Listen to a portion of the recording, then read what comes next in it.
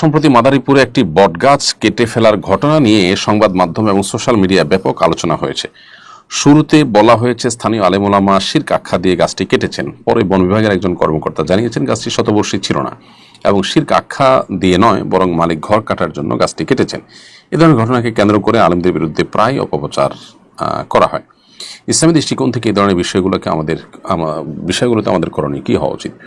প্রথম কথা হলো শতবর্ষী নয় সেটাকে শতবর্ষী বানানো। দ্বিতীয়ত হলো যে এই গাছকে কেন্দ্র করে সমাজে যদি কোনো কুসংস্কার থাকে, মানুষের মধ্যে ভুল বিশ্বাস থাকে, সেটা দূর করবার জন্য গাছকে যদি কেটেই ফেলে দেওয়া হয়, তো আলেমরা যদি সে উদ্যোগ নিয়েও থাকেন, কি এমন অন্যায় করেছেন?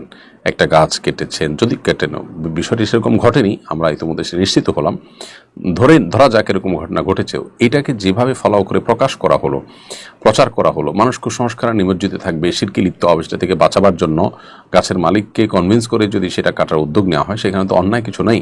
আপনি পরিবেশ রক্ষার নামে একটা গাছ কাটা নিয়ে এত হইচই করছেন, সেখানে ইউরোপিয়ানদের তাদের পরিবেশ বান্ধব ঘর নির্মাণ করার জন্য গাছ কেটে তাদের ওখানে রপ্তানি করছেন এবং আপনার নানাভাবে বৃক্ষ নিধন করে বিভিন্ন কলকারখানা গড়ে তুলছেন। আর এরকম অনেক ঘটনা ঘটছে অহরহ, সেগুলোকে তো এইভাবে ফুলিয়ে পাপিয়ে প্রকাশ করতে দেখা যায় না। আসলে আলেম ওলামা এবং ইসলামকে কাঠগড়ায় দাঁড় করাবার একটা প্রচেষ্টা আমরা মিডিয়াগুলোর অনেকগুলোতে দেখতে পাই, খুবই দুর্ভাগ্যজনক।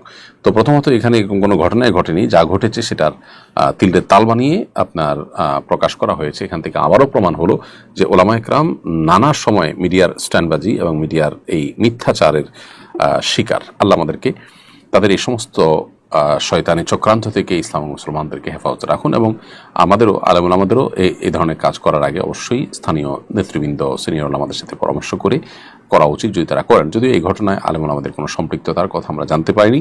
বন বিভাগ বলেছে যে মালিক নিজে কেটেছে। তাহলে উদুরপিণ্ডি বদুর ঘাড়ে চাপানোর যে চেষ্টা দীর্ঘদিন থেকে চলে আসছে, সেটা এখনো চলছে। এটাই দুর্ভাগ্যের বিষয়।